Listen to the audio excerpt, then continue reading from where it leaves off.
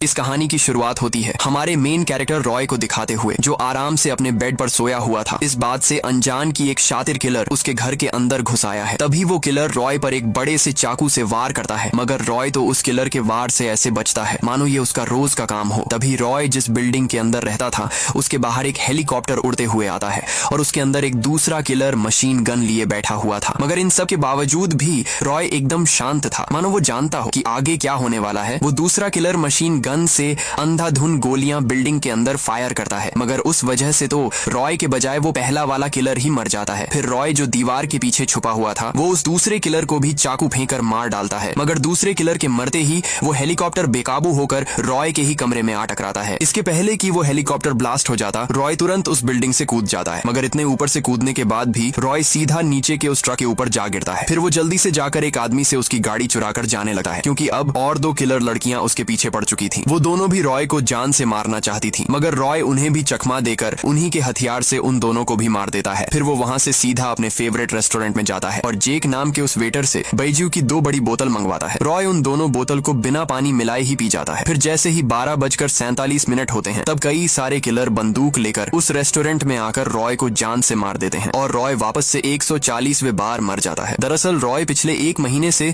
एक मौत के लूप में फंस चुका था। हर बार जब भी वो मरता तब वापस उसके कमरे में उसी बेड पर जागता। हर बार वो उस किलर के वार के साथ ही नींद से जगता था। अब तक कई बार वो उस हेलीकॉप्टर वाले किलर से भी मर चुका था। उस बिल्डिंग से छलांग लगाने पर कई बार वो उस ट्रक के ऊपर कूदने के बजाय ट्रक के नीचे कूदकर मर जाता था। एक तलवार चलाने वाली किलर लड़की रॉय का बहुत बार गला धड़ से अलग कर उसे मार चुकी थी। एक बौना किलर तो रॉय के जैकेट पर टाइम बॉम्ब लगाकर उसे उड़ा देता था। 2 मुस्टंडे किलर तो लॉन्चर से ही रॉय को उड़ा देते थे। इस तरह से रॉय अब तक 139 बार मर चुका था और अब वो 140 बार भी मर गया था। इन सब की शुरुआत आज से 1 महीने पहले हुई थी। रॉय की गर्लफ्रेंड जिसका नाम जेमा था, जो किसी डायनाउ नाम के रिसर्च सेंटर में काम करती थी। रॉय एक दिन उसके रिसर्च लैब में उससे मिलने गया था। जेमा किसी सीक्रेट प्रोजेक्ट पर काम कर रही थी, मगर रॉय तो वहां पर उन दोनों के बेटे जो के बारे में बात करने आया था, क्योंकि रॉय और जेमा का एक बेटा भी था, मगर अब वो जेमा के पास रहता था और जेमा और रॉय भी अब एक दूसरे से अलग हो चुके थे। लेकिन जेमा तो रॉय के बातों पर ज्यादा ध्यान ही नहीं दे रही थी। वो अपने ही किसी काम में बिजी थी। उसके चेहरे पर किसी तरह की फिक्र भी थी। वो कभी रॉय के बॉडी का नाप ले रही थी तो कभी उसके बाल लेकर उस पर कुछ एक्सपेरिमेंट कर रही थी। लेकिन डायनाउ रिसर्च कंपनी का बॉस कॉलोनेल जेमा के हर एक चीज पर नजर रखे हुए था। वो कैमरा से जेमा और रॉय को देख रहा था। जब कॉलोनेल को जेमा के हरकतों पर थोड़ा शक होता है तब वो तुरंत अपने सिक्योरिटी ऑफिसर ब्रेट को जेमा के पास भेजता है। जेमा जब ब्रेट को और उसके साथ और 2 आदमियों को देखती है तब वो रॉय से गले मिलने के बहाने से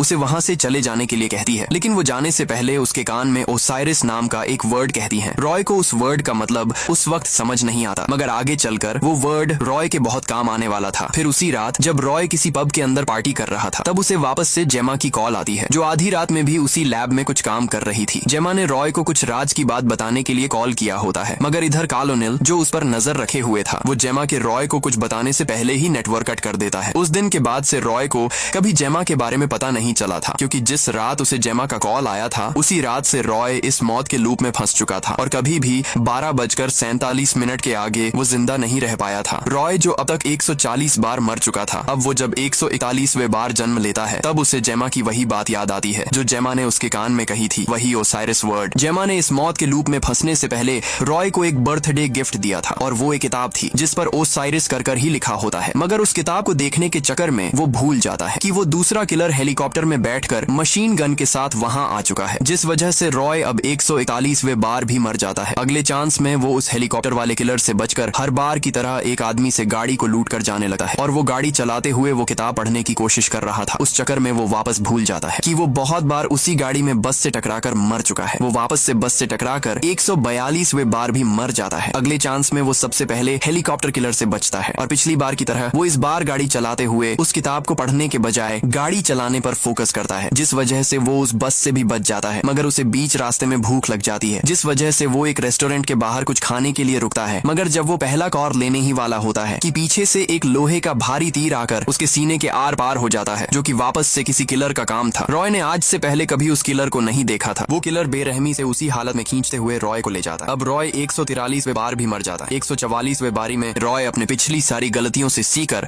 उस किताब को पढ़ने के लिए एक गेमिंग हब के अंदर जाता है। उसे लग रहा था कि शायद वो सभी किलर्स उसे वहां नहीं ढूंढ पाएंगे। वो उस किताब को खोलकर पढ़ने लगता है, मगर उसमें सभी हिस्ट्री के बारे में चीजें लिखी हुई थी। रॉय को उस किताब में लिखा कुछ भी समझ नहीं आता। तभी उसकी नजर नजर एक लड़के पर पड़ती है जो कि जो था, यानी रॉय और जेमा का बेटा। रॉय उसके पीछे जाता है। तब जो तो वहाँ पर गेम खेलने आया था। रॉय उसके पास जाकर उससे पूछता है कि उसे तो इस वक्त अपने स्कूल में होना चाहिए था। असल में जो भी रॉय को जानता था, क्योंकि जेमा ने जो को बताया था कि रॉय उसका अच्छा दोस्त है, लेकिन जो नहीं जानता था कि रॉय ही असल में उसका असली पिता है। अब रॉय के उस सवाल को सुनकर जो रॉय को बताता है कि वो स्कूल को बंक कर गेम खेलने आया है, क्योंकि उसे गेम्स खेलना बहुत पसंद था। अब वो बातें करते हुए उस गेमिंग हब से बाहर आते हैं। तब बाहर आने पर रॉय जो देखता है, उसे देखकर रॉय को अपने आंखों पर यकीन ही नहीं आता, क्योंकि उसके सामने घड़ी थी जिसके अंदर 12:50 हो रहे थे और रॉय अब तक अभी भी इतने समय तक जिंदा नहीं रहा था। उसके पहले ही वो किलर उसे ढूंढकर मार डालते थे। तभी रॉय नोटिस करता है कि वो गेमिंग हब बेसमेंट के अंदर था, जहाँ पर कोई भी नेटवर्क नहीं था, यानी वो सभी किलर्स उसे अब तक ट्रैकर के मदद से ढूंढ रहे थे, जो उसी के शरीर के अंदर कहीं लगा हुआ था। मगर अब रॉय उस गेमिंग हब से बाहर आ चुका था, जिस वजह से वो सारे किलर्स अब वहाँ भी पहुंच जाते हैं और वो वापस से रॉय को मार डालते हैं। रॉय वापस अपने कमरे में जागता है। वो इस बार सभी किलर्स से बचते हुए सबसे पहले उस रेस्टोरेंट में जाता है जहाँ पर वो बैजू को ऑर्डर करता था, और सीधा रेस्टोरेंट के वॉशरूम में जाता है और अपने पूरे कपड़े उतार कर उस ट्रैकर को ढूंढने लगता है। मगर उसे ट्रैकर कहीं पर भी नहीं दिखता। फिर जब वो उस रेस्टोरेंट से निकलने ही वाला होता है कि उसकी नजर एक आदमी पर पड़ती है जिसका नाम डेव था, जो कि एक सिक्योरिटी स्पेशलिस्ट था। इसके पहले रॉय जब भी उस रेस्टोरेंट में आता था, तब डेव उसे कुछ बोरिंग बातें सुनाता था, मगर आज रॉय के दिमाग में कुछ और ही चल रहा था। वो डेव के पास जाता है और उससे ट्रैकर के बारे में सारी जानकारी पूछता है, जैसे ट्रैकर कितने टाइप के होते हैं और उसे ह्यूमन बॉडी के अंदर कहाँ कहाँ छुपाया जा सकता है। डेव रॉय को बताता है कि ट्रैकर या तो बॉडी बेस्ड ट्रैकर होते हैं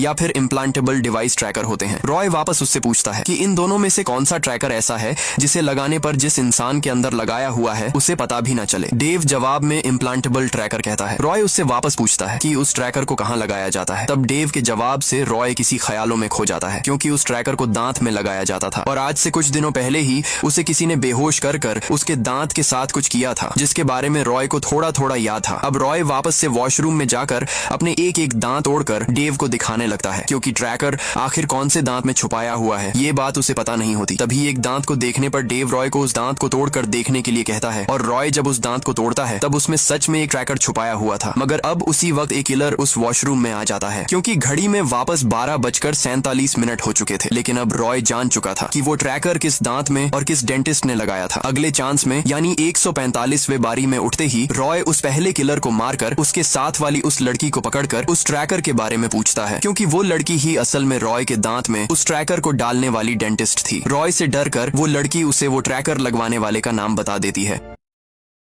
जो कि ब्रेट ही था, वही डीनो रिसर्च सेंटर वाला सिक्योरिटी ऑफिसर। अब रॉय वापस उसी रेस्टोरेंट में जाकर सबसे पहले उस ट्रैकर वाले दांत को निकालता है और उसी ट्रैकर से उन सभी किलर्स को अपने जाल में फंसाकर एक एक कर सभी को जान से मार देता है। फिर वो सीधा डीनो रिसर्च सेंटर के बाहर गाड़ी लेकर पहुंच जाता है। उसका प्लान था कि उस गाड़ी से दीवार तोड़कर सीधा अंदर घुसकर ब्रेट को मार डालना, मगर दीवार कुछ ज्यादा ही मजबूत होती है, जिस वजह से रॉय वापस से मर जाता है। अब 146वीं बारी थी। रॉय इस बार गाड़ी को सीधा उस दीवार से उड़ाकर अंदर ले जाता है, मगर अंदर जाते ही गार्ड्स तुरंत उस पर गोलियां चलाने लगते हैं। लेकिन रॉय तो उस गाड़ी में था ही नहीं, ये तो बस उसका गार्ड्स को फंसाने का प्लान था। मगर वो वापस से ब्रेट के जाल में फंस जाता है और 146वें बार भी मर जाता है। फिर अगले चांस में रॉय थोड़ा दिमाग लगाता है। दरअसल जितने भी किलर रॉय को मारने उसके पीछे पड़े थे, उनमें से एक किलर बिल्कुल रॉय के ही तरह दिखता था और अब रॉय उसी किलर का भेस लेकर उस डायनो रिसर्च सेंटर के अंदर जाने वाला था। फिर जब रॉय का हमशक्ल बाहर आता है, तब मौके का फायदा देकर रॉय तुरंत उसे मारकर उसकी जगह ले लेता है। वो दोनों दिखने में बिल्कुल एक ही तरह के थे, जिस वजह से अंदर जाने पर कोई भी रॉय को पहचान नहीं पाता। रॉय सीधा लिफ्ट के अंदर घुस जाता है। लिफ्ट के अंदर पहले से ही एक आदमी मौजूद होता है, मगर उस डायनो रिसर्च सेंटर की सिक्योरिटी इतनी टाइट थी कि हर किसी को लिफ्ट से ऊपर जाने से पहले अपने कार्ड को स्कैन करना पड़ता था। मगर रॉय जब उसके कार्ड को स्कैन करता है, तब उस मशीन में रेड लाइट जलने लगती है, जिसके बाद वो आदमी तुरंत रॉय को पहचान लेता है और रॉय का एक और चांस खत्म हो जाता है, क्योंकि वो आदमी रॉय को मार देता है। अगले चांस में रॉय उस लिफ्ट वाले आदमी को तो मार देता है, मगर वो इस बात से अनजान था कि उस लिफ्ट में तो कैमरा लगा हुआ है, जिस वजह से उसके लिफ्ट से बाहर आते ही ब्रेट और बाकी गार्ड्स मिलकर उसे मार देते हैं। अब अपने 2 चांस उस लिफ्ट में गंवाने के बाद रॉय आखिरकार एक हॉल के अंदर आ पहुंचता है, मगर वहां पर भी उसका वही तलवार वाली किलर इंतजार कर रही थी, जिसने कई बार रॉय का सर धड़ से अलग किया था। मगर इस बार रॉय के हाथ में बंदूक थी। रॉय पूरे कॉन्फिडेंट में बंदूक को उस किलर के ऊपर तानता है, मगर उस बंदूक में तो गोलियां ही नहीं होती और वो किलर वापस से रॉय को मार देती है। इसी तरह रॉय कई बार उस किलर को मारने की कोशिश करता है, मगर वो किलर कुछ ज्यादा ही तेज थी। बिना बंदूक की एक भी गोली लगे वो बार बार रॉय को जान से मार देती है। इसी तरह रॉय अपने कई चांस उसी किलर से लड़ते हुए गवा देता है। एक बार जब वो किलर रॉय को मारती है तब रॉय पूरी तरह से जान से नहीं मरता, वो अभी भी जिंदा होता है। उसी वक्त वहाँ पर कॉलोनेल ब्रेट के साथ आता है और कॉलोनेल रॉय को अच्छे से जानता था कि वो जेमा का बॉयफ्रेंड है और रॉय को मरता देख वो रॉय को उस सीक्रेट प्रोजेक्ट के बारे में सारी चीजें बता देता है कि जेमा जिस मशीन पर काम कर रही थी असल में एक ओसाइरिस स्पिंडल नाम की मशीन थी जिससे कोई भी इंसान कभी मर ही नहीं सकता था और कॉलोनेल उस मशीन से पूरी दुनिया पर राज करना चाहता था। हालांकि उसे पता नहीं था कि जेमा ने उस दिन रॉय के बाल इस वजह से काटे थे क्योंकि जेमा ने उस ओसाइरिस स्पिंडल में रॉय का डीएनए डाल दिया था ताकि रॉय कॉलोनेल के उन बुरे इरादों को रोक सके। लेकिन रॉय को पता चलता है कि जेमा को कॉलोनेल ने मार दिया है जिस वजह से उसे बहुत बुरा लगा है और अब वो कॉलोनेल से बदला लेना चाहता था। मगर उसके पहले रॉय को उस तलवार वाली किलर से लड़ने का कोई रास्ता ढूंढना पड़ने वाला था। तभी रॉय को उस रेस्टोरेंट वाली उस औरत का ख्याल आता है। दरअसल जब भी रॉय उस रेस्टोरेंट में बैजियो पीने जाता था तब हर बार जेक नाम का वो वेटर रॉय को उस औरत के बारे में बताता था जो कि एक सोर्ड चैंपियन थी। अब रॉय सीधा उस रेस्टोरेंट में जाकर उस औरत के पास जाता है और उसे तलवार चलाना सिखाने के लिए कहता है। मगर वो औरत तो सिर्फ एक दिन के लिए उस शहर में आई थी लेकिन रॉय के लिए तो एक दिन भी बहुत था। वो इसी तरह उस औरत से तलवार चलाना सीखने लगता है और जैसे ही दिन खत्म होता तब रॉय वापस उन किलर्स के हाथों से मरकर अगले चांस में वापस उस औरत से मिलता और वापस तलवार चलाना सिखाने के लिए पूछता। इस तरह से अब कुछ दिन सीखने के बाद रॉय तलवार चलाने में महारत हासिल कर देता है। फिर वो वापस सभी गार्ड्स को मारकर उस तलवार वाली किलर के पास पहुंचता है मगर वो इस बात बंदूक के बजाय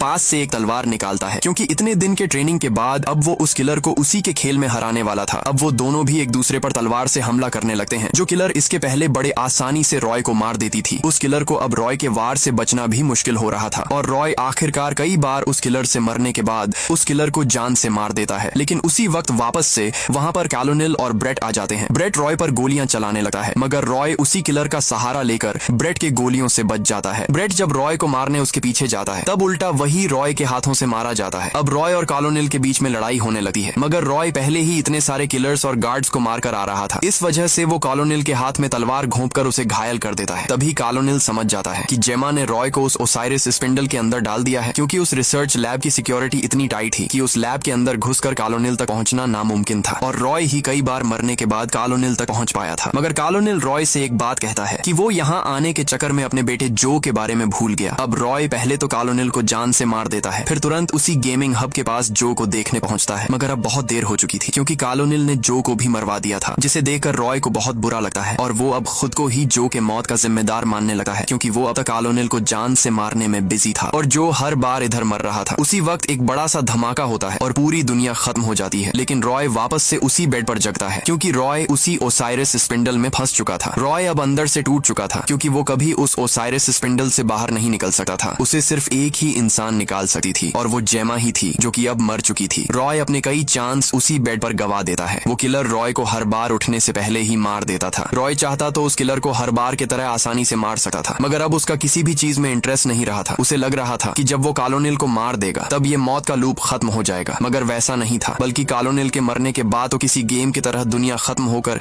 सारी चीजें रीसेट हो चुकी थी। खैर अब रॉय के पास एक ही ऑप्शन बचा था कि वो अपने बेटे जो के साथ हर रोज मिलकर कुछ अच्छे पल बिताए। रॉय उस गेमिंग हब में जाकर जो से मिलता है और उससे ढेर सारी बातें करता है, उसके साथ गेम्स खेलता है। जो को पता नहीं था कि रॉय ही उसका असली पिता है। फिर रॉय जो को लेकर किसी पार्क में जाता है और वो दोनों बातें कर रहे होते हैं। तभी बातों बातों में जो कहता है कि आज सुबह ही उसे मॉम की यानी जेमा की कॉल आई थी। रॉय को उस बात पर यकीन ही नहीं आता क्योंकि उसे लग रहा था कि जेमा मर चुकी है मगर उसने आज सुबह जो को कॉल किया था यानी वो अब तक जिंदा थी। अब रॉय को उस मौत के लूप से बाहर निकलने की एक उम्मीद दिखाई देती है लेकिन उसी वक्त वापस से पूरी दुनिया खत्म हो जाती है। यानी रॉय एक फिक्स समय के आगे जिंदा नहीं रह सकता था। जैसे ही वो समय आता था तो पूरी दुनिया खत्म होकर रॉय वापस से उस बेड पर जागता था। मगर रॉय के पास अब एक वजह थी कि वापस उस लैब में जाकर जेमा को ढूंढना। रॉय वापस से सभी गार्ड्स को मारकर कॉलोनेल के पास पहुंचता है और उसे गोलियां मारकर पहले अधमरा कर देता है। फिर वो उससे जेमा कहाँ है कर पूछता है। तब कॉलोनेल वही साइड की तरफ इशारा करता है क्योंकि वहां पर जेमा जमीन पर पड़ी हुई थी और वो अब मर चुकी थी। लेकिन रॉय जेमा के मौत के पहले की सीसीटीवी फुटेज देखता है। तब रॉय के उठने के बाद 14 मिनट्स तक जेमा जिंदा थी यानी उसे उठते ही 14 मिनट्स में उस लैब में पहुंचकर जेमा को मरने से पहले बचाना पड़ने वाला था। अब रॉय सबसे पहले तो कॉलोनेल को वापस से मारता है और खुद पर ही बंदूक उतान देता है। उसके ट्रिगर दबाते ही वो वापस अगले चांस में जागता है। मगर रॉय के पास एक प्लान था क्योंकि 14 मिनट्स में उस लैब तक पहुंचना नामुमकिन था जिस वजह से जो किलर हेलीकॉप्टर लेकर रॉय को मारने आता था। रॉय उसी हेलीकॉप्टर में कूदकर उस किलर को मारकर पायलट को जल्दी से उसे लैब में पहुंचाने के लिए कहता है और आखिरकार रॉय जेमा के मरने के बिल्कुल पहले पहुंचकर ब्रेट और कॉलोनेल दोनों को मार देता है और जेमा को बचा लेता है। रॉय को वहां देकर जेमा भी समझ जाती है है कि वो ओसाइरिस स्पिंडल काम कर रहा है और उसने जो सोचकर रॉय को उस ओसाइरिस स्पिंडल में डाला था, रॉय ने वो काम कर दिया था। मगर रॉय अब जेमा से उसे उस ओसाइरिस स्पिंडल से बाहर निकालने के लिए कहता है ताकि ये मौत का लूप खत्म हो सके। मगर जेमा उसे बताती है कि उसके लिए उसे उस मशीन के अंदर जाना पड़ेगा। फिर रॉय जेमा की बात मानकर उस मशीन के अंदर चला जाता है, जिससे उसका ये मौत का लूप खत्म हो जाएगा